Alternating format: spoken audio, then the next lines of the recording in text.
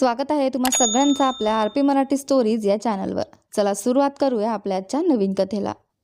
सोनिया निघून गेल्यावर अमृता आजी मनात म्हणाल्या, या दोघी मिळून काहीतरी डाव आखत आहेत असं वाटतंय।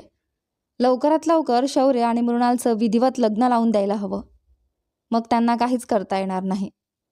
शौर्य म्हणाला, ठीक आहे आजी, आम्ही निघतो।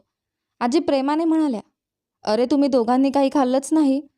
शौर्य कोरड्या आवाजात म्हणाला, मला काही नको, तिला भूक असेल तर खाऊ द्या, मी गाडीत थांबतो। असं म्हणत तो बाहेर निघून गेला। मृणालही म्हणाली, आजी मलाही भूक नाही, मी निघते। अमृता आजींनी तिचा हात धरत सांगितलं, बाळा, तो रागात बोलला म्हणून मनाला लावून घेऊ नकोस। त्याचा स्वभाव थोडा तापट आहे, पण त्याची काळजी आता तुलाच घ्यायची आहे। मृणाल हलकासा हसली, हो आजी, तुमच्या नातवाच्या मी कधीही डोळ्यात पाणी येऊ देणार नाही।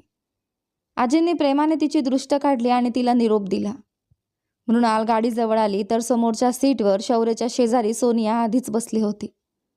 मृणाल हसत म्हणाली, हॅलो मॅडम, जरा मागे बसाल का? मला माझ्या नवऱ्याच्या शेजारी बसायचं आहे। पण शौर्याने थंडपणे उत्तर दिलं, सोनिया, तू इथेच बस। अगं, तुला हवं असेल तर तू मागे बस, नाहीतर तुझ्याकडे पैसे आहेतच ना, बसने ऑफिसला ये।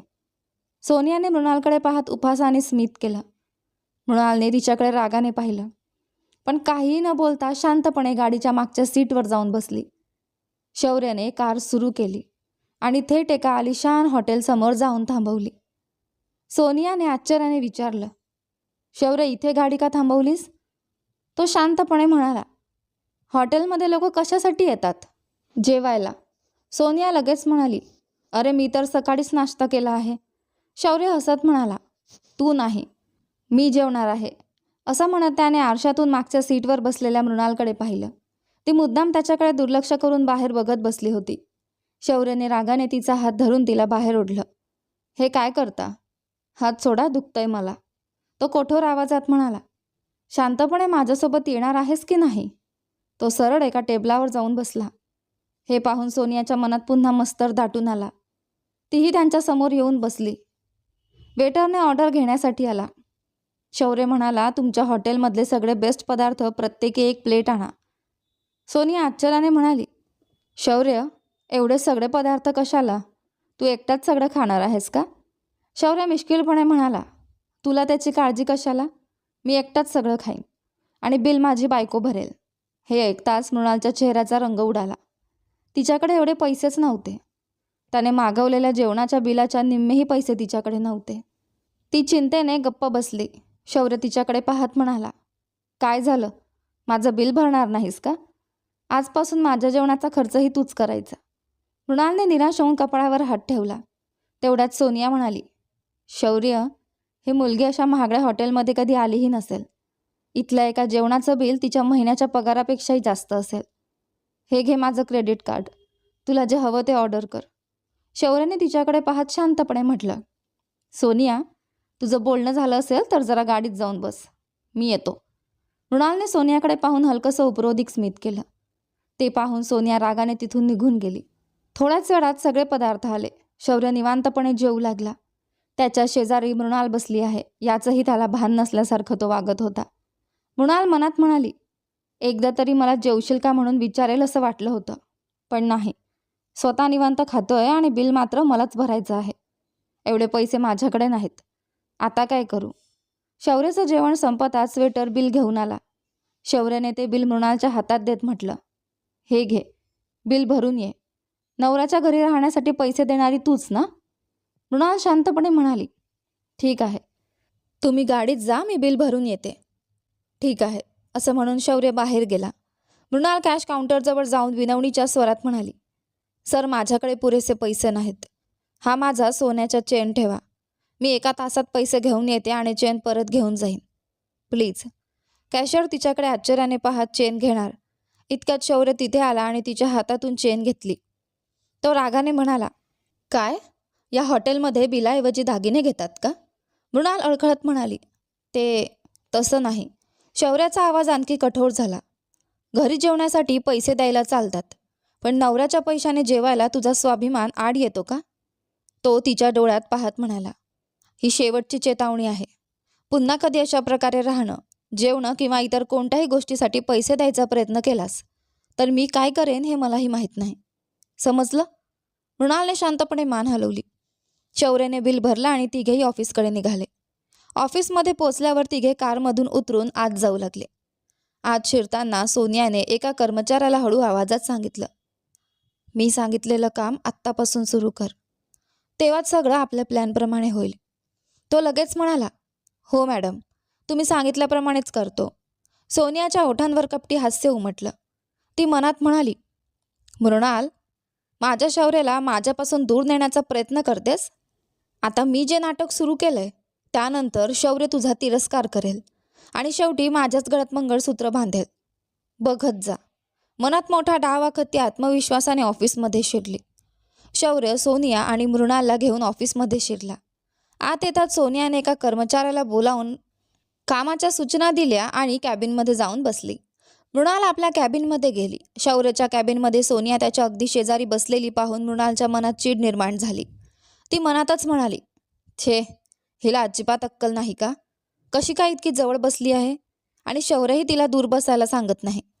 तिच्या चेहऱ्यावरचा राग पाहून शौर्यच्या मनात खोडकर विचार आला, अरे वा, म्हणजे हिला जडतंय. ठीक आहे, मग याच गोष्टीवरून थोडं अजून चिडूया. तो मुद्दाम सोनियाच्या आणखी जवळ सरकत म्हणाला, सोनिया, या कामाची सगळी माहिती मी स्वतः तुला शिकवतो, ओके? सोनिया आनंदाने म्हणाली, खरंच शौर्य? मग मी लवकरच सगळं काम शिकून घेईन. हे दोघांचं बोलणं ऐकून मृणालचा संतापनावर झाला. ती उठली आणि काही न बोलता कॅबिनच्या बाहेर निघाली. शौर्यने तिला थांबवत विचारलं, हॅलो मिसेस मृणाल शौर्य देशमुख, आत्ताच ऑफिसमध्ये आलीस आणि लगेच कुठे निघालीस? ती शांतपणे म्हणाली, सर, थोडं डोकं दुखतंय, कॅन्टीनमध्ये जाऊन कॉफी घेऊन येते. शौर्य हसत म्हणाला, ठीक आहे, पण फक्त 10 मिनिट, त्यातच परत आली पाहिजेस. मृणालने रागाने त्याच्याकडे पाहिलं आणि बाहेर निघून गेली. बाहेर वैशाली तिला भेटली. काय MD मॅडम, चेहरा एवढा उतरला का? तब्येत ठीक नाही का? मृणाल वैतागून म्हणाली, आधी हे MD मॅडम म्हणणं बंद कर. मला चिडचिड होते. मी कॅन्टीनमध्ये जाते, तू येतेस का? वैशाली हसत म्हणाली, नाही MD मॅडम, मला थोडं काम आहे. आपण लंच टाईमला भेटू. जाग वेडाबाई.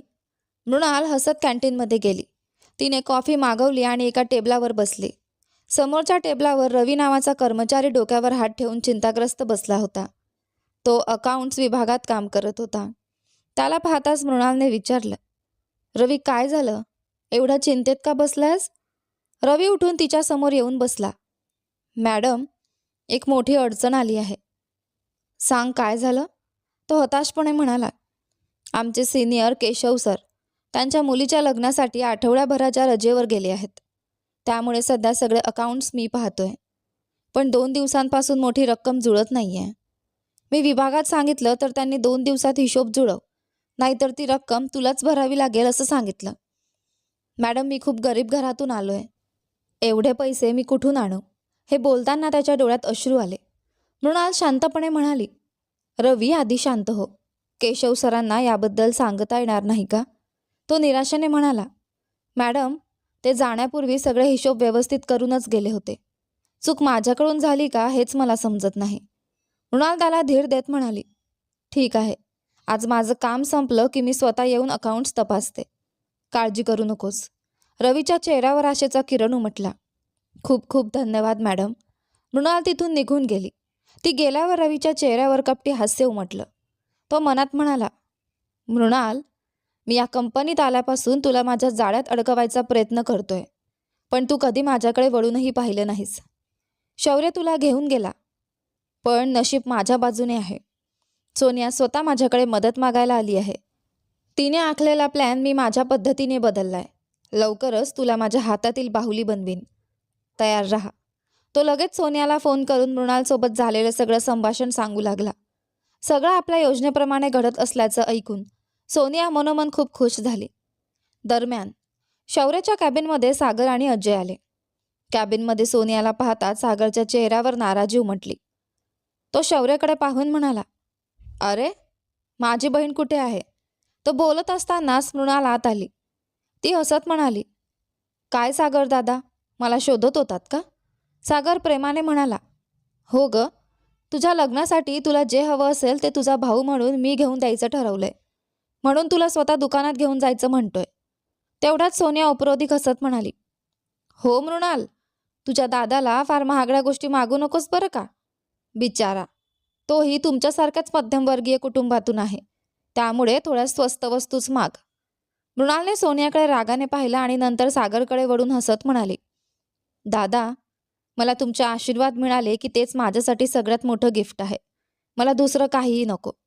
सागर प्रेमाने तिच्या डोक्यावर हात ठेवत म्हणाला. ते कसं चालेल? तुझ्यासाठी मला अजून खूप काही करायचं आहे. माझं असं स्वतःचं कोणी नाही, पण मला तू बहीण म्हणून मिळालीस. तुझ्यासाठी मी काहीही करायला तयार आहे. अजय लगेच मध्ये पडत हसत म्हणाला. अरे सागर, तुमचा हा भावनिक सिनेमा आता बंद करा. आज आपण लग्नाच्या शॉपिंगला जाणारच आहोत ना, तेव्हा तिला हवं ते सगळं घेऊन दे. सगळे बोलत असतानाच रिसेप्शनवरून फोन आला. रिसेप्शनिस्टने सांगितलं की एक व्यक्ती शौर्यला भेटायला आली आहे. थोड्याच वेळात तो आत आला. शौर्य सर, तुमच्या लग्नाची निमंत्रण पत्रिका तयार झाली आहे. आजींनी ती तुम्हाला द्यायला सांगितली. त्याने निमंत्रण पत्रिकांचा गठ्ठा देऊन नमस्कार केला आणि निघून गेला. शौर्यने तो गठ्ठा अजयच्या हातात देत म्हटलं. अजय, ऑफिसमधल्या सगळ्या स्टाफला ही निमंत्रण पत्रिका दे आणि परवा लग्नाला सगळ्यांनी नक्की यायचं आहे असंही सांग. अजय हसत म्हणाला. ठीक आहे, आधी ऑफिसमध्ये वाटतो, मग फॅक्टरीतही देऊन येतो. अजय आणि सागर तिथून निघून गेले. मृणालने तिचं काम पूर्ण केलं आणि रवीला मदत करण्यासाठी अकाउंट्स विभागाकडे निघाली. ती शौर्यच्या कॅबिन समोरून जात असताना तो म्हणाला.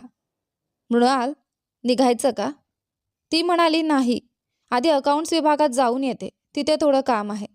शौर्य आठवण करून देत म्हणाला. विसरलीस का? आपल्या लग्नाच्या शॉपिंगला जायचं आहे. चल. तेवढ्यात सोनिया मध्येच म्हणाली. शौर्य, ती म्हणते ना तिला काम आहे. तू जा, मी थांबते आणि तिला घेऊन येते. शौर्याने ठामपणे उत्तर दिलं. त्याची गरज नाही. आजींनी स्पष्ट सांगितलं आहे की मृणालला मीच घेऊन यायचं. चल. मृणाल म्हणाली. 1 मिनिट, मी फक्त रवीला सांगून येते. सोनिया लगेच म्हणाली. तू जा, मी त्याला सांगते आणि तसंही माझं त्याच्याकडे थोडं काम आहे. शौर्य आणि मृणाल तिथून निघून गेले. ते गेल्यावर सोनिया सरळ रवीकडे गेली. ती दबक्या आवाजात म्हणाली. रवी, आज ती निघून गेली, पण लग्नाला अजून 1 दिवस आहे. मी सांगितलेलं काम अगदी तंतोतंत झालं पाहिजे. रवी आत्मविश्वासाने म्हणाला. मॅडम, काळजी करू नका. तुम्हाला तिची बदनामी करणारे फोटो हवेत ना? ते मी काढून लग्नाच्या वेळी सगळ्यांसमोर दाखवीन. मग शौर्य सरांचं लग्न तुमच्याशीच होईल. सोनिया आणखी एक सूचना देत म्हणाली. फक्त एवढंच नाही, तिच्या हाताने एक पत्रही लिहून घे. त्या पत्रात तिने स्वतः लिहिलं पाहिजे की तिला शौर्यशी लग्न करायचं नाही. ती तुझ्यावर प्रेम करते आणि पुढे तुझ्यासोबतच राहणार आहे. तेव्हाच मी शौर्यशी लग्न करू शकेन. तिचा आवाज अचानक कठोर झाला. एक गोष्ट नीट लक्षात ठेव. याआधीही मी असाच एक प्लॅन केला होता, पण शेवटच्या क्षणी शौर्य माझ्या हातातून निसटला. यावेळी तसं काहीही होता कामा नये. जर काही गडबड झाली तर तुझ्या कुटुंबाचं काय होईल याची जबाबदारी माझी नाही. रवी हलकंसं हसला. मॅडम, त्यावेळी तुम्ही एकट्या होतात, पण आता मी तुमच्यासोबत आहे. त्यामुळे कोणतीही काळजी करू नका. तुम्ही फक्त तुमच्या आणि शौर्य सरांच्या लग्नाची तयारी करा. सोनियाच्या चेहऱ्यावर समाधानाचं हास्य उमटलं. ती आत्मविश्वासाने तिथून निघून गेली.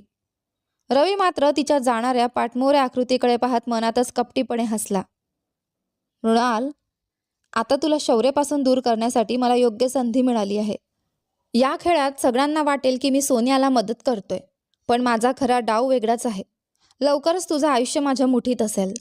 असा दुष्ट विचार करत तो स्वतःच्याच योजनेवर समाधानात हसू लागला. एका भव्य दागिन्यांच्या शोरूमसमोर शौर्याचं संपूर्ण कुटुंब येऊन थांबलं. ते आत गेल्यानंतर काही वेळाने शौर्य आणि मृणाल, त्यांच्या मागोमाग विक्रम आणि मृणालची आजी शारदा आजीही तिथे पोहोचले. मृणाल धावतच त्यांच्याकडे गेली. आजी, समीर मामा, विक्रम, या ना. आई नाही आली का? समीर हसत म्हणाला. नाही ग, तुझ्या आईला थोडं जास्त काम होतं, म्हणून तुझ्यासाठी जे काही घ्यायचं आहे ते आम्हीच घेऊ म्हणून आलो. मृणालच्या डोळ्यात काळजी उमटली. समीर मामा, आई अजूनही माझ्यावर रागावली आहे का? शारदा आजी तिच्या डोक्यावरून हात फिरवत प्रेमाने म्हणाली. अगं नाही ग, उलट तुझ्यासाठी लागणारं सगळं काही घेऊन या म्हणून तिने आम्हाला पाठवलं आहे. विक्रमही म्हणाला. तू आता कसली चिंता करतेस? यापुढे तू कायम आनंदात राहिलीस तर तोच आमच्यासाठी सर्वात मोठा आनंद असेल. तेवढ्यात वैशाली हसत त्यांच्याजवळ आली. अगं तू कशाला काळजी करतेस? तुझ्यासाठी आम्ही सगळ्यात सुंदर गोष्टी निवडू. चला आता. विक्रमने तिला पाहत विचारलं. ए, तू इथे कशासाठी आलीस? वैशाली त्याच्या कानाजवळ जाऊन हळूच म्हणाली. काय रे, नवरा जिथे असेल तिथे बायकोला कळणार नाही का? आणि मृणाल तर माझी घरच्या नात्याने नणंद होणार आहे. आपल्या घरच्या मुलीसाठी दागिने मीच निवडणार. शारदा आजी हसत म्हणाल्या. काय ग वैशाली, एवढं काय त्याच्या कानात गुपित सांगत होतीस? काही नाही हो आजी, सहज, असं म्हणत ती पटकन दुकानात पळाली. विक्रम गोंधळून म्हणाला. अगं आई, आधी ही मला नेहमी चिडवायची. आज अचानक इतक्या गोडपणे बोलतेय. नक्की काहीतरी गडबड आहे. शारदा आजी हसल्या. तिला सोड रे, चल आत. मनात मात्र विक्रम पुटपुटला. या लग्नाचा कार्यक्रम संपला की तुला बघतोच. मृणाल खट्टाळपणे म्हणाली. विकी, तिचा उत्साह पाहिला तर असं वाटतंय ती तुझ्या गळ्यात मंगळसूत्रच बांधेल. जरा सांभाळून राहा बरं. तिचं बोलणं ऐकून विक्रमने तिच्याकडे रागाने पाहिलं. तेवढ्यात शौर्य कार पार्क करून आला. त्याने समीर, विक्रम आणि शारदा आजींशी बोलून सर्वजण दुकानात गेले. सर्वप्रथम मृणालसाठी मंगळसूत्र आणि लग्नासाठी लागणारे इतर सर्व दागिने निवडण्यात आले. विक्रम अमृता आजींना म्हणाला. आजी, आमच्या मृणालसाठी आम्ही 20 तोळे सोन्याचे दागिने ठेवले आहेत आणि शौर्यसाठी 5 तोळ्यांची चेन आणि ब्रेसलेटही देणार आहोत. त्याला आवडेल त्या डिझाईनचं इथूनच घेऊ. तेवढ्यात सोनिया मध्येच बोलली. काय, फक्त 20 तोडे? अरे, आमच्या घरी काम करणाऱ्या नोकरांच्या लग्नात सुद्धा आम्ही 20 तोळे सोनं देतो. ही पण काही देण्यासारखी गोष्ट झाली का? राजेंद्र देशमुख वैतागून म्हणाले. सोनिया, तुला काहीतरी बोलल्याशिवाय चैन पडत नाही का? तुला डायमंडचा हार हवा होता ना? वरच्या सेक्शनमध्ये आहे, जा आणि निवडून घे. ती लगेच हसत म्हणाली. ओह स्वीट डार्लिंग, मी आत्ताच जाते. ती गेल्यावर राजेंद्र देशमुख लाजत म्हणाले. कृपया तिचं काही मनावर घेऊ नका. ती नेहमीच पैशालाच सर्व काही समजते. शारदा आजी हसत म्हणाल्या. अहो त्यात एवढं काय, आम्ही काही मनाला लावून घेतलं नाही. चला आधी खरेदी पूर्ण करू. दागिन्यांची खरेदी झाल्यावर सर्वजण लग्नासाठी साडी घ्यायला गेले. तिथे शौर्यने स्वतः मृणालसाठी फिकट गुलाबी रंगाची अतिशय सुंदर आणि महागडी पैठणी निवडली. मृणाल हळूच म्हणाली. ऐका ना, तुम्ही बहुतेक किंमत पाहिली नाही. दुसरी साडी घेऊया. शौर्य तिच्या कानात हळूच म्हणाला. ए वेडाबाई, किंमत पाहूनच घेतली आहे. ही साडी नेसलीस की अगदी स्वर्गातून उतरलेल्या परीसारखी दिसशील. त्याचं बोलणं ऐकून मृणाल लाजून मान खाली घालते. थोड्या वेळाने ती अमृता आजींकडे जाऊन म्हणाली.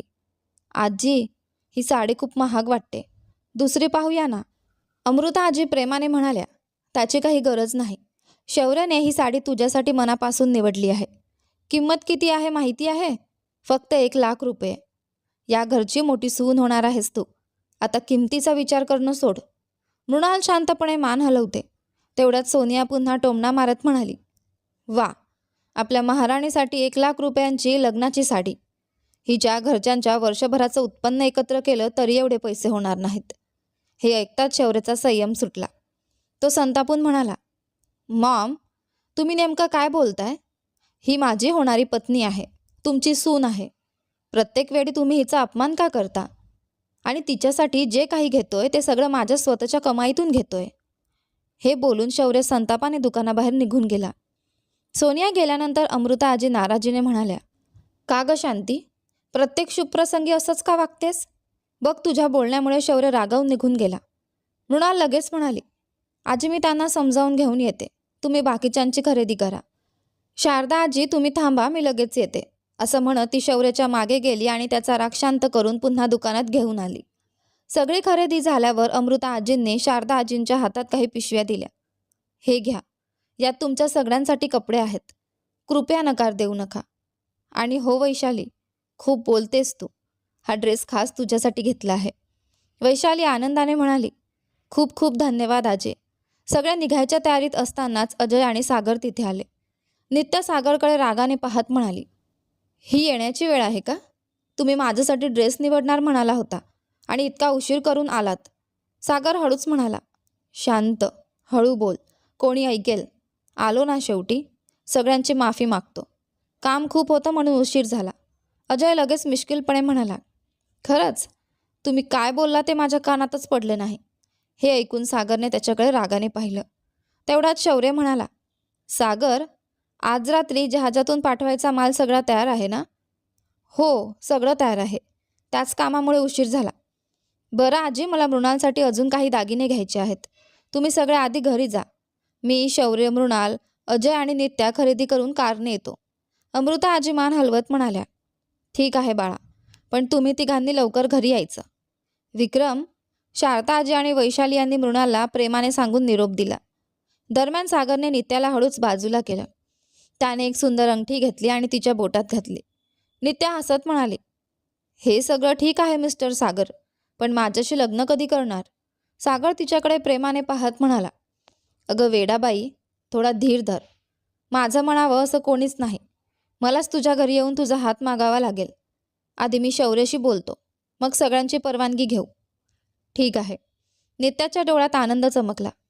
तुमच्यासाठी मी आयुष्यभर वाट पाहीन सागर. सागर हसला. थँक्स नित्या. आपलं लग्नही लवकरच होईल. सर्वांनी उरलेली खरेदी पूर्ण केली. रात्री बाहेरच जेवण करून ते घरी निघाले. अजय आणि सागर एका गाडीत गेले तर शौर्य, मृणाल आणि नित्या दुसऱ्या कारने घरी पोहोचले. दिवसभराच्या धावपळीमुळे शौर्य खूप थकला होता. खोलीत शिरताच तो थेट बेडवर जाऊन आडवा झाला. तो मृणालकडे पाहत म्हणाला, ए वेडाबाई, तुला सगळं आवडलं ना? पण तुझ्या चेहऱ्यावर आनंदच दिसत नाही. मृणाल शांतपणे म्हणाली, काही नाही. आता शांतपणे झोपा. शौर्य खोटा राग करत म्हणाला, अगं, गप्प झोपण्यासाठीच मी तुझ्याशी लग्न करतोय का? असंच चालू राहिलं तर मला संन्यासीच व्हावं लागेल. त्याचं बोलणं ऐकून मृणाल हसू लागली.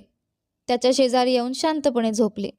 दुसरीकडे सोनी आणि रवी मृणालला रवीकडे कसं आणायचे याचा कट रचत होते. बराच विचार केल्यानंतर त्यांनी एक धोकादायक योजना आखली. त्या दिवशी सगळे दिवसभर खरेदी करून दमले होते. त्यामुळे रात्री लवकरच गाढ झोप लागली. मध्यरात्री हळूहळू शौर्याच्या खोलीचं दार उघडलं. एक काळी सावली आत शिरली. त्या व्यक्तीने आपला चेहरा पूर्णपणे झाकला होता. तो मृणालच्या पलंगाजवळ गेला. क्षणभर तिच्याकडे पाहत राहिला आणि अचानक तिच्या तोंडावर हात ठेवून तिला उचलून घेतलं. मृणाल घाबरून गेली. ती ओरडण्याचा प्रयत्न करू लागली. हातपाय झाडू लागली. शौर्याला जागं करण्यासाठी धडपड करू लागली. पण शौर्य दिवसभराच्या थकव्यामुळे इतक्या गाढ झोपेत होता की त्याला काहीच कळलं नाही. मृणालने स्वतःला सोडवण्याचा खूप प्रयत्न केला, पण त्या मुखवटाधारी माणसाने तिच्या तोंडावर आणि हातांवर कापड बांधलं. तिला उचलून बाहेर आणलं आणि कारमध्ये फेकून दिलं.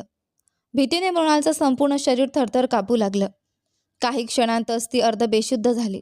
ती कार भरधाव वेगाने निर्जन रस्त्यावरून अंधार चिरत पुढे निघून गेली आणि त्या सगळ्या प्रसंगाकडे शौर्याच्या घराच्या टेरेसवर उभं असलेलं एक गूढ व्यक्तिमत्व शांतपणे पाहत होतं. त्याच्या चेहऱ्यावर एक भयानक कपटी हास्य उमटलं होतं. मृणाल हळूहळू शुद्धीवर आली. तिने डोळे उघडून आजूबाजूला पाहिलं, पण तिथे कुणीच नव्हतं. चहूकडे गडद अंधार पसरला होता. ती भीतीने चाचपडत उठली आणि सावकाश बाहेर यायला लागली. पण तिला जाणवलं की जिथे ती उभी आहे ती जागाच हलत होती. ती घाबरून गेली. डोळ्यांसमोर सगळं धुसर दिसत होतं. कोणी आहे का? मला खूप भीती वाटतेय. प्लीज लाईट लावा ना. ही जागा इतकी का हलतेय? ती थरथरत बोलत पुढे चालत होती. अचानक आकाशात प्रचंड प्रकाश झळकला. वर पाहिलं तर फटाक्यांची आतिषबाजी सुरू झाली होती. त्या फटाक्यांतून मोठ्या अक्षरात हॅपी बर्थडे असं उमटलं आणि क्षणात फिरून गेलं. त्या उजेडात तिने आजूबाजूला पाहिलं आणि आश्चर्यचकित झाली. ती समुद्राच्या मध्यभागी एका भव्य जहाजावर उभी होती. क्षणात जहाजावरील सगळे दिवे लागले आणि समोरून हसत हसत शौर्य तिच्याकडे चालत येताना दिसला. रात्रीचे बरोबर 12 वाजताच पुन्हा एकदा फटाके फुटले. शौर्य हसत म्हणाला, हॅपी बर्थडे बायको. त्याला पाहताच मृणाल धावत त्याच्याकडे गेली आणि त्याला घट्ट मिठी मारून रडू लागली. शौर्य तिच्या केसांवरून हात फिरवत म्हणाला, अगं वेडाबाई, का रडतेस? सरप्राईज आवडलं नाही का? मृणालने त्याच्या छातीवर हलकासा ठोसा मारला. तुम्हाला माहिती आहे मी किती घाबरले होते? तो हसत म्हणाला, तुला एक छोटंसं सरप्राईज द्यायचं होतं, म्हणूनच मी सागर आणि अजयला सगळं अरेंज करायला सांगितलं होतं. मृणाल अजूनही डोळे पुसत म्हणाले, म्हणूनच सागर दादा आले तेव्हा तुम्ही जहाजाचं सगळं तयार झालं का असं विचारत होतात? पण खरंच माझाच वाढदिवस मीच विसरले होते. लग्नाच्या धावपळीत मला आठवलंच नाही. पण तुम्हाला कसं कळलं? शौर्य तिच्याकडे प्रेमाने पाहत म्हणाला, मी तुला पहिल्यांदा पाहिलं तेव्हाच तुझ्याबद्दलची सगळी माहिती तुझ्या बायोडेटामधून पाहिली होती. ती लगेच म्हणाली, बरं, मग माझ्या बाजूला बेडवर कोण झोपलं होतं? शौर्य खळखळून हसला. अगं, मीच तसं सेट केलं होतं. कुणीतरी झोपलंय असं तुला वाटावं म्हणून. अरे देवा! काही वेळासाठी माझा जीवच घाबरला होता, असं म्हणत तिने पुन्हा त्याला मारलं. तो हसत म्हणाला, ठीक आहे, नंतर मार. आधी ये, केक काप. मृणालने केक कापला. तिने प्रेमाने शौर्यला केक भरवला. त्यानेही तिला केक भरवला. त्यानंतर त्याने खिशातून एक सुंदर अंगठी काढली. तिच्यासमोर गुडघ्यावर बसला आणि म्हणाला, मृणाल, माझं प्रेम स्वीकारशील का? आय लव्ह यू बायको. तिच्या डोळ्यात आनंदाश्रू तरळले.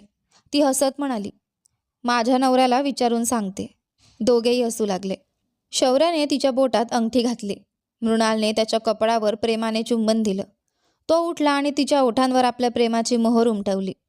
तेवढ्यात जहाज अचानक जोरात हलू लागलं. एक प्रचंड समुद्री लाट जहाजावर आदळली. घाबरून मृणालने शौर्याला घट्ट मिठी मारली. समुद्राचं पाणी दोघांवर उडालं आणि ते पूर्णपणे भिजून गेले. शौर्य हसत म्हणाला, अगं बायको, लाट तर निघून गेली. आता तरी मला सोडशील का? मृणाल लाजून पटकन त्याच्यापासून दूर झाली. तो म्हणाला, चल, इथे आपल्या राहण्यासाठी खास रूम आहे. तिथे जाऊन कपडे बदलूया. मृणालने आश्चर्याने विचारलं, हे जहाज तुमचंच आहे का? शौर्य मान हलवत म्हणाला, हो, हे आपल्या कंपनीचं जहाज आहे. आपल्या कंपनीत तयार होणारा माल परदेशात या जहाजातून पाठवला जातो. आपल्या कुटुंबासाठी इथे राहण्याच्या खोल्या, स्विमिंग पूल, मनोरंजनासाठी व्यवस्था सगळं आहे. असं म्हणत तो तिला कपडे बदलण्याच्या खोलीत घेऊन गेला. ओल्या कपड्यांतील मृणालकडे पाहून तो मिश्किलपणे म्हणाला, बायको, तुझा बर्थडे ड्रेस घाल. ती सहज म्हणाली, माझ्यासाठी ड्रेस आणलाय का? द्या, मी बदलते. तो हसत तिच्या कानाजवळ म्हणाला, अगं, तुझा जन्म झाला तेव्हा जसा ड्रेस घातला होता तोच. क्षणभर तिला अर्थच कळला नाही. मी जन्माला आले तेव्हाचा ड्रेस आता कसा? वाक्य अर्धवट सोडून ती लाजेने लाल झाली आणि त्याच्याकडे पाठ फिरवली. शौर्य तिच्या अगदी जवळ आला. त्याच्या उष्ण श्वासाचा स्पर्श होताच मृणालने लाजून त्यालाच घट्ट मिठी मारली. त्या अथांग समुद्राच्या साक्षीने दोन जीव, दोन मने आणि दोन आयुष्य एकमेकात पूर्णपणे विलीन झाली. लग्नाचे पवित्र विधी पूर्ण झाले होते. आता त्यांच्या संसाराच्या नव्या प्रवासाची, प्रेमाच्या अखंड मिलनाची पहिली रात्रही प्रेमाने उजळून निघाली. दोघांच्या नजरा लाजेने इकडे तिकडे भिरभिरत होत्या. दोघांच्या मनात एकच इच्छा होती, कधीही न संपणारं सहजीवन, असीम प्रेम, प्रेमळ लेकरांनी भरलेलं घर. केस पांढरे झाल्यावरही ती त्याच्या छातीवर डोकं ठेवून झोपावी. आयुष्याच्या शेवटच्या श्वासापर्यंत तिची बोटं त्याच्या बोटांत गुंफलेली राहावीत आणि काळाच्या अंतापर्यंत तो तिच्यावर असंच प्रेम करत राहावा. प्रेमाच्या अथांग सागरात दोघेही हरवून गेले. पहाट झाली. सर्वात आधी शौर्य जागा झाला. त्याने आपल्या छातीवर डोकं ठेवून झोपलेल्या मृणालच्या कपाळावर अलगद चुंबन घेतला आणि तयार होण्यासाठी उठला. थोड्या वेळाने मृणालही उठली. तिने अंघोळ करून तिथे ठेवलेला सुंदर निळ्या रंगाचा मॅक्सी ड्रेस घातला. बाहेर आली तर शौर्य टेबलाजवळ बसून हातात कॉफीचा कप घेऊन पहाटेच्या समुद्राचं मोहक सौंदर्य न्याहाळत होता. ती त्याच्या जवळ आली. त्याच्याकडे पाहताच तिच्या चेहऱ्यावर पुन्हा लाजेची गुलाबी छटा पसरली आणि ती मान खाली घालून उभी राहिली. शौर्य तिच्याजवळ आला आणि हसत म्हणाला, काय ग वेडाबाई, आज इतकी लाजतेस? पण सांगू का, या लाजेपेक्षा तुझा तो हट्टी स्वभावच मला जास्त आवडतो. मृणाल लाजून हळू आवाजात म्हणाली, अहो, असं काय बोलताय? कितीही धाडसी मुलगी असली ना, तरी ज्या क्षणी तिला तिच्या आवडत्या पुरुषाचा स्पर्श होतो तेव्हा अशीच लाजून जाते. असो, माझं काम तर अगदी छान पार पडलं. पण खरंच मृणाल, तू कमाल आहेस. हे ऐकताच मृणालच्या डोळ्यात अश्रू दाटून आले. ती थरथरत्या आवाजात म्हणाली, अहो, असं का बोलताय? मला भीती वाटतेय. शौर्य मुद्दाम गंभीर चेहरा करत म्हणाला, काय ग, एवढी धाडसी झाशीची राणी आणि तुला भीती वाटते? विश्वासच बसत नाही. आठवतंय ना, तू मला रस्त्यावर सगळ्यांसमोर किती लाजवलं होतंस? त्याचा बदला घ्यायचाच होता. म्हणून हा सगळा प्लॅन केला आणि तुझ्याशी लग्न करून संसारही करून घेतला. आता माझा बदला पूर्ण झाला. मृणाल घाबरून त्याच्याकडे पाहत म्हणाली, कृपा करून अशी थट्टा करू नका. मला अजिबात आवडत नाही. मी जाते. शौर्य अजूनही तिची फिरकी घेत म्हणाला, जा, तुला जिथे जायचंय तिथे जा. माझं काम तर झालंच आहे. आता बदला घेतल्याचं समाधान मिळालं. त्याच्या चेहऱ्यावरचं हसू पाहून मृणालच्या डोळ्यातले अश्रू ओघळू लागले. क्षणाचाही विचार न करता ती धावत गेली आणि थेट समुद्रात उडी मारली. ते दृश्य पाहताच शौर्यच्या पायाखालची जमीन सरकली. मृणाल, तो जोरात ओरडला. क्षणात त्याने जहाजावरील आपत्कालीन बटन दाबला आणि स्वतःही समुद्रात उडी घेतली. त्याने पाण्याखाली जाऊन मृणालला बाहेर काढलं. तोपर्यंत जहाजावरील कर्मचाऱ्यांनी दोघांकडे लाईफ ट्यूब फेकली आणि त्यांना सुरक्षितपणे वर ओढून घेतलं. शौर्याने मृणालला अलगद बेडवर झोपवलं. तिचे हातपाय चोळू लागला. काही क्षणांनी तिने हळूहळू डोळे उघडले. ती शुद्धीवर येताच शौर्याने तिला घट्ट मिठी मारली. त्याच्या डोळ्यात भीती आणि अश्रू दोन्ही होते. काय केलंस तू हे? तुला काही अक्कल आहे की नाही? तू नसशील तर मी कसा जगणार याचा एकदा तरी विचार केलास का? मृणाल रडत म्हणाली. तुम्ही तर म्हणालात ना माझ्याशी फक्त बदला घ्यायला लग्न केलं. मग मी जिवंत राहिले किंवा मेले तुम्हाला काय फरक पडतो? क्षणभर शौर्याचा संयम सुटला. त्याने तिच्या गालावर एक चपराक मारली. पण त्या क्षणी अपराधीपणाने तिला आपल्या मिठीत घेतलं आणि तिच्या ओठांवर आपल्या प्रेमाने, रागाने आणि भीतीने भरलेलं चुंबन उमटलं. त्या अचानक झालेल्या चुंबनामुळे मृणाल दचकली. तिच्या ओठांना दुखू लागलं. तिने त्याला अलगद दूर ढकललं. शौर्य तिचे दोन्ही हात हातात घेत म्हणाला, मृणाल, ऐक, मी ते सगळं फक्त तुला चिडवण्यासाठी बोललो होतो. तू समुद्रात उडी मारलीस त्या क्षणी माझा जीवच निघून गेला होता. मी तुझ्यावर खूप प्रेम करतो. आय लव्ह यू, माझी गोड बायको. मृणाल आश्चर्याने त्याच्याकडे पाहत म्हणाली, म्हणजे मला चिडवण्यासाठी तसं बोललात? असं म्हणत तिने जवळ ठेवलेली फुलदाणी उचलली आणि त्याच्या मागे धावली. शौर्य घाबरल्यासारखा पळत म्हणाला, अगं वेडाबाई, मी फक्त गंमत करत होतो. मृणाल त्याच्या मागे धावत त्याला मारायला जात होती. शेवटी शौर्याने तिचा हात पकडून तिला आपल्या जवळ ओढला आणि तिच्या ओठांवर पुन्हा एक प्रेमळ चुंबन घेतलं. क्षणात दोघांमधला सगळा राग विरघळून गेला. दोघे पुन्हा एकमेकांच्या मिठीत हरवून गेले. पण नियतीला काही वेगळंच मान्य होतं. आज ज्या प्रेमामुळे ते एक झाले होते, भविष्यात हाच प्रेमबंध त्यांच्या वेगळेपणाचं सर्वात मोठं कारण ठरणार आहे. बघूया ते पुढे. शौर्य आणि मृणाल जहाजावरून निघाले आणि थेट देशमुख वाड्यात परतले. तिथे घरातील सगळेच त्यांच्या दोघांची वाट पाहत बसले होते. शौर्याची आजी अमृता आजी त्यांना पाहताच म्हणाल्या, अरे, तुम्ही दोघं इकडे या बरं. दोघेही शांतपणे त्यांच्या समोर येऊन उभे राहिले. आजी थोड्या रागाने म्हणाल्या, कुठे गेलात तुम्ही दोघं? उद्या लग्न आहे आणि आजच एवढं बेजबाबदारपणे बाहेर फिरताय? तेवढ्यात राजेंद्र देशमुख हसत म्हणाले, आई, तसं काही नाही. आज मृणालचा वाढदिवस होता म्हणून शौर्य तिला सरप्राईज द्यायला बाहेर घेऊन गेला होता. आता आले ना दोघं, जाऊ द्या. अमृता आजी म्हणाल्या, बरं, पण आता खूप उशीर झालाय. आजपासून लग्न होईपर्यंत ना नवरी बाहेर जाणार ना वर, समजलं ना? मृणाल हसत मान हलवते. तिने पुढे होऊन आजींच्या पाया पडून त्यांचे आशीर्वाद घेतले. त्यानंतर ती राजेंद्र देशमुख आणि शांती यांच्या पाया पडण्यासाठी गेली. पण शांतीने तिच्याकडे पूर्ण दुर्लक्ष केलं आणि काहीही न बोलता वरच्या मजल्यावर निघून गेली. मृणालच्या चेहऱ्यावरची उदासी राजेंद्र देशमुखच्या नजरेतून सुटली नाही. ते प्रेमाने म्हणाले, बाळा, तिच्या वागण्याचं मनाला लावून घेऊ नकोस. देव तुझं आयुष्य कायम सुखाचं ठेवो. मृणालने त्यांच्या पाया पडून आशीर्वाद घेतले. त्यानंतर ती सुनील आणि सीमा यांच्याकडेही गेली. त्यांचे आशीर्वाद घेऊन ती आपल्या खोलीत निघून गेली. ती गेल्यावर शौर्यने राजेंद्र देशमुखांना विचारलं, डॅड, आम्ही मृणालचा वाढदिवस साजरा करायला बाहेर गेलो होतो हे तुम्हाला कसं कळलं? राजेंद्र देशमुख हसले, अरे, तू निवडलेलं जहाज आपल्या कंपनीचंच होतं ना. तिथल्या स्टाफने सगळी तयारी आणि कार्यक्रमाची माहिती मला आधीच फोनवर दिली होती आणि तू मृणालला उचलून घेऊन बाहेर जात होतास तेही मी स्वतः पाहिलं होतं. डॅड, असं म्हणत शौर्याने त्यांना मिठी मारली. राजेंद्र देशमुख त्याच्या पाठीवर थोपटत म्हणाले, बरं, आता जा आणि आराम कर. उद्या तुझंच लग्न आहे हे विसरू नकोस. हो डॅड, असं म्हणत शौर्य आपल्या खोलीकडे निघून गेला. इकडे मृणाल दिवसभराच्या थकव्यामुळे पलंगावर पडताच गाढ झोपून गेली होती. शौर्य तिच्याकडे बराच वेळ प्रेमाने पाहत राहिला. तो तिच्या जवळ गेला. तिच्या कपडावर अलगद चुंबन घेतला आणि तिला मिठीत घेऊन तिच्या शेजारी शांतपणे झोपला. दुसरीकडे ऑफिसमध्ये बसलेला रवी वारंवार मृणालच्या मोबाईलवर फोन करत होता. पण प्रत्येक वेळी एकच उत्तर येत होतं, मोबाईल स्विच ऑफ आहे. रवी चिडून स्वतःशीच म्हणाला, आता हिला आपल्या अड्ड्यावर कसं आणायचं? काही क्षण विचार केल्यानंतर त्याच्या चेहऱ्यावर कपटी हास्य उमटलं. काहीही झालं तरी उद्या लग्नासाठी मेकअप किंवा इतर तयारीच्या निमित्ताने ती घराबाहेर येईलच. तेव्हाच तिला उचलू. त्याने लगेच आपल्या साथीदारांना फोन लावला. समोरून आवाज आला, बोल रवी, किती दिवसांनी फोन केलास? काही मोठा शिकार हातात लागलाय का? रवी हसत म्हणाला, हो रे, यावेळी फार मोठी शिकार जाळ्यात अडकणार आहे. पण जरा जरी चूक झाली तर आपल्याच अडचणी वाढतील. त्यामुळे प्रत्येक गोष्ट काळजीपूर्वक करायची. समोरचा म्हणाला, त्याची काळजी तू करू नकोस, फक्त काय करायचं ते सांग.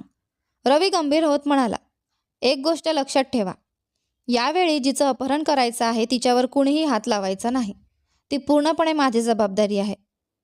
अरे, शेवटी असं का म्हणतोयस? रवी हसत म्हणाला, या एका गोष्टीसाठी मी खूप मोठा प्लॅन केला आहे, त्यामुळे मी सांगतो तसंच करा. बाकी काही विचारू नका. मी आता ऑफिसमधून क्लबमध्ये जातो. तिचा फोटो आणि ती कुठून बाहेर पडेल याची सगळी माहिती तुम्हाला पाठवतो. कोणतीही चूक न करता तिला उचला आणि नेहमीच्या ठिकाणी घेऊन या. ठीक आहे. फोटो आणि सगळी माहिती पाठव. रवीने लगेच आपल्या मोबाईलमधून मृणालचा फोटो पाठवला आणि पुढच्या तयारीला लागला.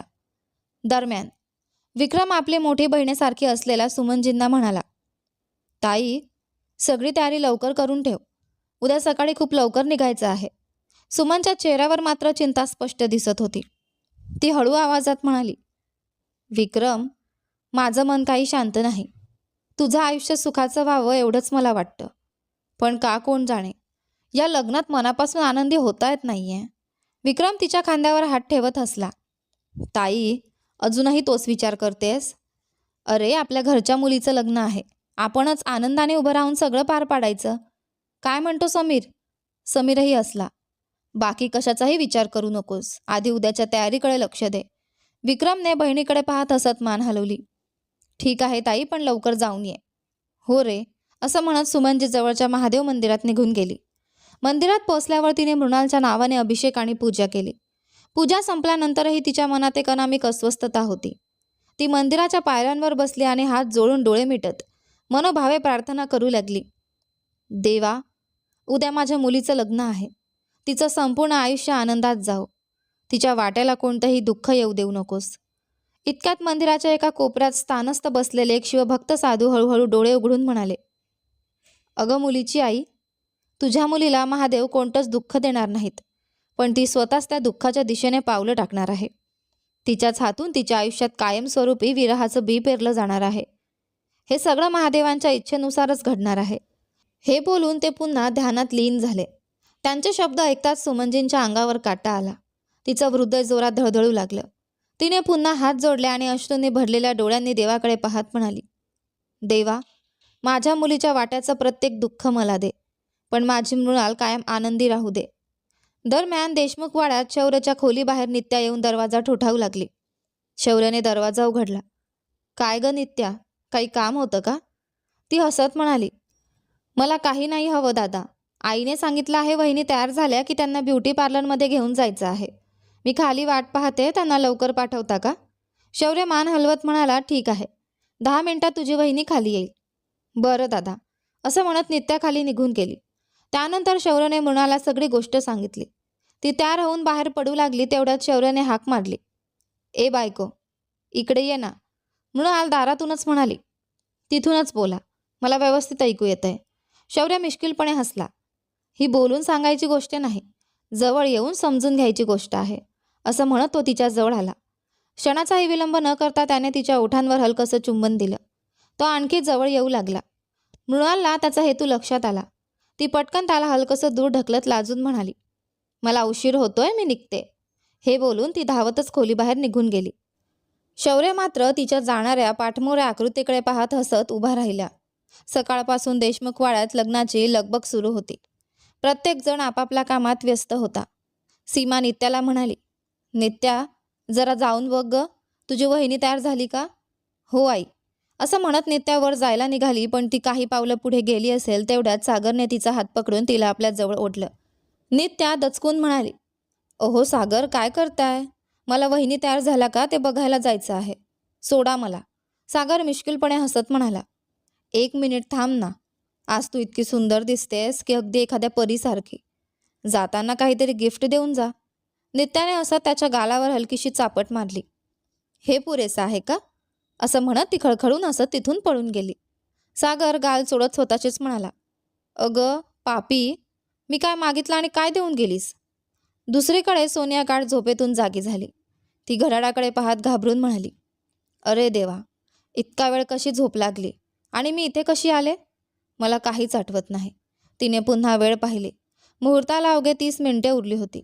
ती मनात म्हणाली, आत्तापर्यंत रवीने मृणालचं अपहरण करून तिच्याकडून सगळं लिहून घेतलं असेल. आधी त्याला फोन करते. तिने लगेच रवीला फोन लावला, पण त्याचा मोबाईल बंद होता. हा फोन का बंद करून बसलाय? काही असो, मी आधी लग्न मंडपात जाते. मृणाल दिसली नाही की शौर्य माझ्याच गळ्यात मंगळसूत्र बांधेल, असं म्हणत ती घाईघाईने लग्न मंडपाकडे निघाली. इकडे लग्न मंडपात मृणालचं कुटुंब आलेल्या पाहुण्यांचं स्वागत करण्यात व्यस्त होतं. तेवढ्यात वैशाली तिथे आली. तिला पाहताच विक्रमने मुद्दाम आपली नजर दुसरीकडे वळवली. ती त्याच्याजवळ येऊन हसत म्हणाली, काय हो विक्रम, मला पाहताच तोंड फिरवलंत? पुढचं आपलं लग्न आहे हे विसरलात की काय? विक्रमने रागाने तिच्याकडे पाहिलं. ती मात्र खटाळ हसत आत निघून गेली. दरम्यान मुहूर्ताची वेळ अगदी जवळ आली होती. मंडपात उपस्थित असलेले सगळेजण नवरीची आतुरतेने वाट पाहत होते. यानंतर आपण बघू की 4 वर्षांनंतर त्यांच्या आयुष्यात काय झालं. तर 4 वर्षांनंतर बेंगळुरू एका कपड्यांच्या दुकानासमोर एक तरुणी दुकानदाराशी जोरदार वाद घालत होती. अहो, किती किंमत आहे तुमची?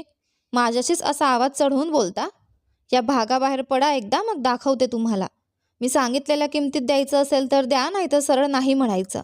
माझ्या मुलीला आवडेल म्हणून ड्रेस घ्यायला आले आणि उलट मलाच तुमचा अहंकार दाखवताय.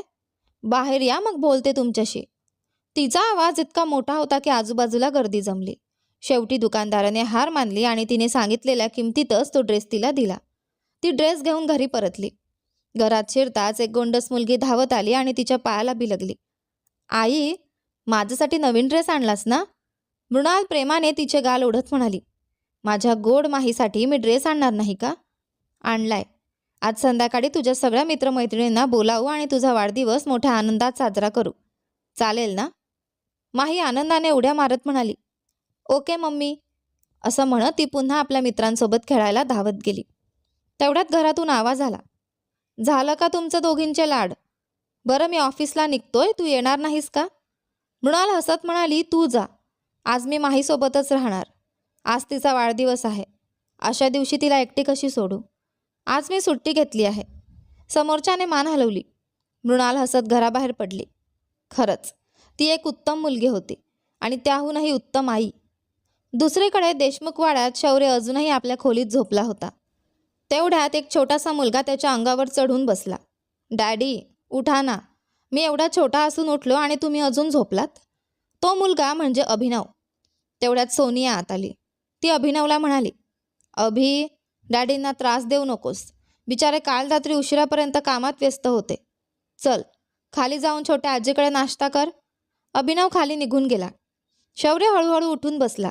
त्याचा चेहरा दाढीने भरलेला होता. काल रात्री तो प्रचंड मद्यधुंद अवस्थेत घरी आला असल्याने त्याचे डोळेही व्यवस्थित उघडत नव्हते.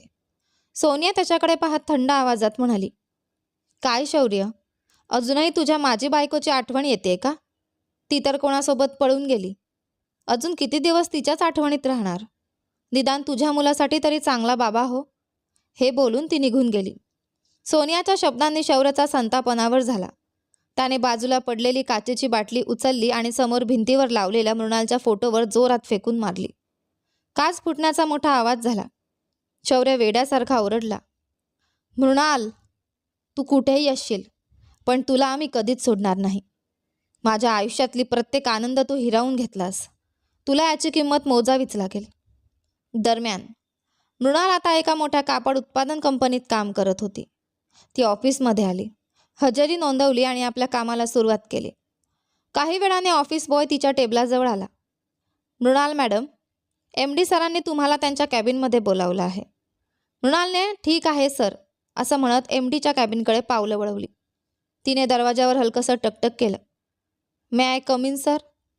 या. आज सुमारे 28 वर्षांचा एक देखणा तरुण बसला होता. तो म्हणजे कंपनीचा व्यवस्थापकीय संचालक गौतम. मृणाल आत येताच त्याची नजर तिच्यावरच खिळून राहिली. मृणाल नम्रपणे म्हणाली, सर तुम्ही बोलावलं होतं? गौतम भानावर येत म्हणाला, हो मिस मृणाल, अजून 2 दिवसांनी ऑडिट आहे. त्यामुळे अकाउंट्स विभागात जाणाऱ्या सगळ्या फाईल्स तयार करून माझ्या टेबलावर ठेवा. तो बोलत असताना कॅबिनमध्ये इकडे तिकडे फिरत होता, पण त्याची नजर मात्र सतत मृणालच्या प्रत्येक हालचालीवरच होती.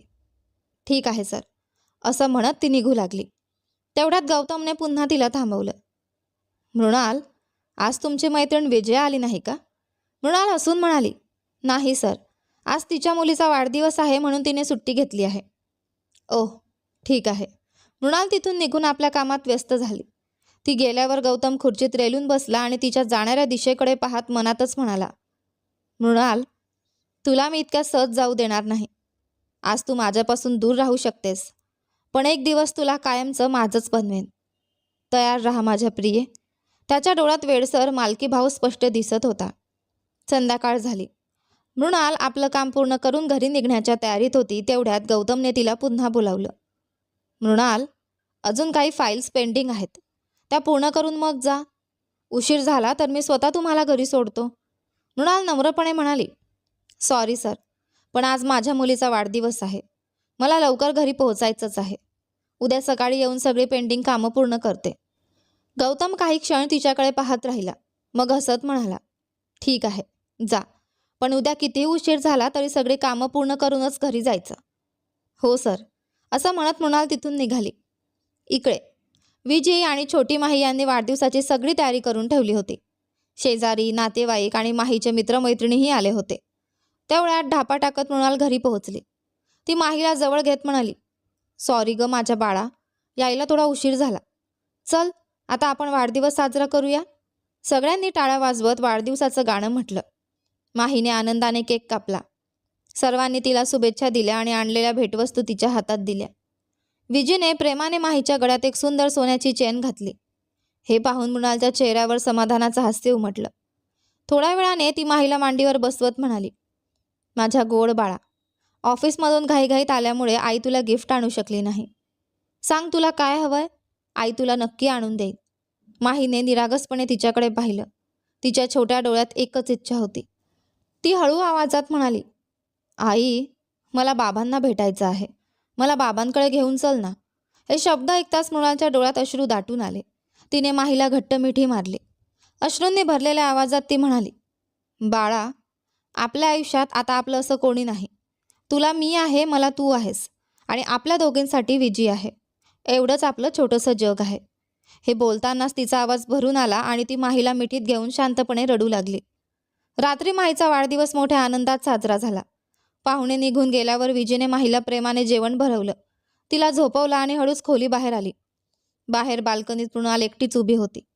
ती शांतपणे आकाशाकडे पाहत हरवून गेली होती. विजी तिच्याजवळ जाऊन म्हणाली, अगं मृणाल, या थंडीत इथे का उभी आहेस? आधी आत ये. पण मृणाल काहीच बोलली नाही. ती तशीच शून्यात नजर लावून उभी राहिली. विजीने तिच्या खांद्यावर हात ठेवताच ती भानावर आली. काय झालं मृणाल? मृणालच्या डोळ्यात पाणी आलं. ती हळू आवाजात म्हणाली, विजी, मी माझ्या मुलीवर खूप अन्याय करते का गं? बिचारीला वडिलांचं प्रेम म्हणजे काय हेही माहीत नाही. हे बोलताच तिचे अश्रू ओघळू लागले. विजी शांतपणे तिच्या समोर बसली. मृणाल, तू इथे आल्यापासून इतके वर्ष झाली. मी कधी तुझ्या भूतकाळाबद्दल काही विचारलं का? पण आज तरी सांग, तुझ्या आयुष्यात नेमकं काय घडलं? माहीचे बाबा कोण आहेत? ते कुठे आहेत? हे सगळं मला कळलं तर कदाचित मी तुम्हा दोघांना पुन्हा एकत्र आणू शकेन. मृणालने डोळे मिटले. अश्रूंनी भरलेल्या आवाजात ती म्हणाली, नको विजी, या जगात तू सोडून आमचं कोणीच नाही. कृपया मला यापुढे काहीही विचारू नकोस. असं म्हणून ती रडू लागली. विजीने तिचे अश्रू पुसले. ठीक आहे, मी काही विचारणार नाही. चल आता झोप. तिने मृणालला अलगद बेडवर झोपवलं. पण झोप कुठून येणार होती? डोळे मिटताच तिच्या मनात 4 वर्षांपूर्वीचा तो वाढदिवस पुन्हा जिवंत झाला. त्या रात्री शौर्याने तिच्या डोळ्यात पाहत विचारलं होतं, ए वेडाबाई, माझं सरप्राईज आवडलं का? मृणाल आनंदाने हसत म्हणाली, खूप आवडलं शौर्य. आज मी आयुष्यात पहिल्यांदाच इतकी आनंदी आहे. शौर्याने तिचा हात हातात घेतला. मग या आनंदाच्या क्षणी मी तुला एक गोष्ट मागू? काय? तो हसत म्हणाला, मला तुझ्यासारखे मोठे डोळे असलेली एक गोंडस मुलगी लवकर दे. मृणालने मिश्किलपणे विचारलं, असं का? मुलगा नको का? शौर्य लगेच म्हणाला, नाही, मला अगदी तुझ्यासारखी सुंदर, मोठ्या डोळ्यांची गोड मुलगीच हवी. आधी मुलगी, बस. मृणाल हसत म्हणाली, ठीक आहे महाराज, तुमच्या इच्छेप्रमाणे आधी मुलगीच होईल. क्षणभर थांबून ती पुन्हा म्हणाली, पण मग आपल्या मुलीवरच इतकं प्रेम कराल की माझा वाढदिवसही विसराल. तिचेच वाढदिवस साजरे कराल. मला तर पूर्ण विसरून जाल. शौर्याने तिच्या कपाळावर हलकंसं चुंबन घेतलं. अगं वेडाबाई, तुला मी कधी विसरेन का? तू माझ्यासाठी कायम खास राहशील आणि आपल्या मुलीचा जन्म झाला ना तर तिचा प्रत्येक वाढदिवस मी वेगवेगळ्या देशात साजरा करेन. तिला जे काही आवडेल ते सगळं तिच्यासाठी करेन. मग खट्टाळपणे हसत तो म्हणाला, चल आता, उगीच वेळ वाया घालवू नको. आपल्या छोट्या परीच्या येण्याची तयारी करूया. असं म्हणत त्याने मृणालला उचलून आपल्या मिठीत घेतलं. त्या आठवणींनी मृणालचं हृदय तुटत होतं. डोळ्यांतून अश्रू वाहतच ती कधी झोपून गेली तिलाही कळलं नाही. इकडे देशमुख वाड्यात अभिनव शौर्याजवळ येऊन लाडात म्हणाला, डॅडी, आज रात्री माझ्याजवळच झोपा ना, बाहेर कुठेही जाऊ नका. शौर्य त्याच्याशी बोलत असतानाच राजेंद्र देशमुख आणि अमृता आजी तिथे आल्या. राजेंद्रजी प्रेमाने म्हणाले, शौर्य, आता पुरे झालं. उद्यापासून ऑफिसला जा. कामात मन गुंतवलंस तर या सगळ्या आठवणींतून हळूहळू बाहेर पडशील. अमृता आजीही त्याला समजावत म्हणाल्या, हो बाळा, तुझ्या बाबांचं ऐक. ऑफिसमध्ये गेलास, कामात मन रमवलंस तर तुलाही बरं वाटेल. शौर्याने हलकसं स्मित करत उत्तर दिलं, ठीक आहे आजी, उद्यापासून मी ऑफिसला जाईन. हे ऐकताच अभिनव आनंदाने उड्या मारू लागला. ये, डॅडी उद्यापासून ऑफिसला जाणार. मी जाऊन मम्मीला सांगतो. असं म्हणत तो धावत सोनियाकडे गेला. अभिनवच्या मागे पाहत शौर्य काही क्षण शांत बसून राहिला. अमृता आजी आणि राजेंद्र देशमुख त्याला विश्रांती घेण्यास सांगून तिथून निघून गेले. दुसऱ्या दिवशी सकाळी सगळे नाश्त्यासाठी डायनिंग टेबलावर बसले होते. शौर्यने अनेक महिन्यांनंतर दाढी केली होती. त्याने पुन्हा एकदा सूटबूट घातला होता. तो जुन्या रुबाबात जिन्यावरून खाली उतरला. त्याला पाहताच अमृता आजींच्या डोळ्यात आनंद चमकला. त्या म्हणाल्या, आता माझा नातू पुन्हा पूर्वीसारखा दिसतोय. त्यांनी प्रेमाने त्याची दृष्ट काढली. शौर्य टेबलाजवळ बसणार इतक्यात सोनियाचे आई वडील आणि तिचा मोठा भाऊ सिद्धार्थ तिथे आले. अभिनव त्यांना पाहतच धावत गेला. हाय ग्रँडपा, हाय ग्रँडमा, हाय अंकल, असं म्हणत त्याने तिघांनाही मिठी मारली. राजेंद्र देशमुखजींनी त्यांचं आदराने स्वागत केलं. तेवढ्यात वैशालीही तिथे आली. सोनियाचे वडील राजेंद्र देशमुखजीकडे पाहत गंभीर आवाजात म्हणाले, राजेंद्रजी, मी आज कोणत्या विषयासाठी आलो आहे हे तुम्हाला चांगलंच माहीत आहे. माझ्या नातवाचा बाबा तुमचा मुलगा शौर्य आहे. या घराचा वारस म्हणून तुम्ही अभिनवला स्वीकारलं. पण मग माझ्या मुलीला अजूनही या घराची सून म्हणून का स्वीकारत नाही? शांतीजींनी लगेच बोलायला सुरुवात केली. हो ना, ते जे बोलताय ते चुकीचं नाही. आपण अभिनवला आपल्या नातवाच्या रूपात स्वीकारलं, पण सोनियाला अजूनही या घरची सून म्हणून मान्यता दिली नाही. तिचे बाबा म्हणून त्यांना हा प्रश्न विचारण्याचा पूर्ण अधिकार आहे. लवकरात लवकर शौर्य आणि सोनियाचं विधीपूर्वक लग्न लावून दिलं तर पुन्हा कुणीही आपल्याला काही विचारणार नाही. पण माझं हे बोलणं इथं कुणालाच समजत नाही. राजेंद्रजींचा अखेर संयम सुटला. ते कठोर आवाजात म्हणाले, शांती, आता एक शब्दही बोलू नकोस. मग त्यांनी सोनियाच्या वडिलांकडे पाहत शांत पण ठाम स्वरात सांगितलं, लालसाहेब, आम्ही अभिनवला आमचा नातू म्हणून स्वीकारलं हे खरं आहे, पण ते तुम्ही दाखवलेल्या पुराव्यांमुळे नाही. मनापासून तो माझा नातू आहे असंच मला वाटलं. पण कायद्याने आणि धर्माने शौर्याची पत्नी आजही मृणालच आहे. त्यांच्या लग्नाची माहिती सर्वांना व्हावी म्हणूनच आम्ही त्यांचं लग्न मोठ्या थाटामाटात करण्याची तयारी केली होती. पण मृणाल त्या दिवशी का निघून गेली हे आजही आम्हाला माहीत नाही. ज्या दिवशी ती स्वतः येऊन लेखी स्वरूपात शौर्यसोबतचं नातं संपवण्याची तयारी दाखवेल, त्याच दिवशी मी शौर्य आणि सोनियाचं लग्न लावून देईल. तोपर्यंत माझा निर्णय बदलणार नाही. तुम्ही कितीही वेळा विचारलं तरी माझं उत्तर हेच असेल. हे ऐकताच सोनियाचा संताप अनावर झाला. ती तिरस्काराने म्हणाली, वा अंकल, किती छान न्याय आहे तुमचा. माझा मुलगा मात्र महान राजेंद्र देशमुखांचा नातू, अभिनव शर्यत देशमुख म्हणून ओळखला जाईल. पण मी अजूनही या घराची सून होऊ शकत नाही. तुमची ती लाडकी सून मृणाल तर लग्नाच्या दिवशीच कोणासोबत पळून गेली. तरीसुद्धा आजही तुम्ही तिलाच शौर्याची बायको आणि या घराची सून म्हणता. या घराची सून होण्याचा आणि शौर्याची पत्नी होण्याचा अधिकार माझा आहे, तिचा नाही. तिचं वाक्य पूर्ण होण्याआधीच धाड. शौर्याने संतापाच्या भरात डायनिंग टेबलावर इतक्या जोरात मूठ आपटली की टेबलच तुटून गेला. त्याच्या डोळ्यात प्रचंड राग धगधगत होता. तो संतापाने गरजला, सोनिया, आजपासून मृणालबद्दल एक शब्द जरी चुकीचा बोललीस ना तर तुला मारायलाही मी मागे पुढे पाहणार नाही. काय म्हणालीस तू? मृणाल चुकीची आहे. ती या शौर्य देशमुखची पत्नी आहे आणि कायम राहील. ती किती दिवस माझ्यापासून लपून राहते ते मीही पाहतो. पण एक दिवस तिला मी तुमच्या सगळ्यांसमोर उभं करीन आणि तिने त्या दिवशी लग्न का मोडलं याचं उत्तरही तिच्याच तोंडून तुम्हा सगळ्यांना ऐकवीन. ज्या दिवशी तू पहिल्यांदा अभिनवबद्दल मला सांगितलं होतंस त्या दिवशी मी तुझ्यावर विश्वास ठेवला होता. आजही सांगतो, अभिनव माझाच मुलगा आहे. पण माझी पत्नी, ती फक्त आणि फक्त मृणाल आहे. तिच्याशिवाय दुसऱ्या कुणालाही मी कधीच पत्नी म्हणून स्वीकारू शकत नाही. इतकं बोलून शौर्य संतापाने घराबाहेर पडला. क्षणात त्याने कार सुरू केली आणि वेगाने तिथून निघून गेला. त्याचा असा उग्र अवतार पाहून काही क्षण संपूर्ण घरात भीषण शांतता पसरली. सगळेच स्तब्ध झाले. अभिनवने आयुष्यात पहिल्यांदाच शौर्याचा असा राग पाहिला होता. तो घाबरून धावत सीमाच्या पायांना बिलगला. सोनिया मात्र संतापाने थरथरत आपल्या खोलीत गेली आणि दार आतून बंद करून घेतलं. सिद्धार्थने आपल्या आई वडिलांना कारमध्ये थांबायला सांगितलं आणि तो सोनियाच्या खोलीत गेला. खोलीत सोनिया रडतच सिद्धार्थला म्हणाली, पाहिलंच ना दादा, शौर्य माझ्याशी कसा बोलून गेला. मला खूप भीती वाटतेय. नमस्कार. तर आपली आजची कथा इथे संपली आहे. आशा आहे तुम्हाला आपली ही कथा आवडली असेल. कथा आवडली असेल तर व्हिडिओला लाईक करा, शेअर करा, चॅनलवर नवीन असाल तर सबस्क्राईब करा आणि हो, नोटिफिकेशन बेल नक्की दाबा, जेणेकरून येणाऱ्या पुढील व्हिडिओची अपडेट तुम्हाला सगळ्यात आधी मिळेल. भेटूया पुढच्या अशाच एका नवीन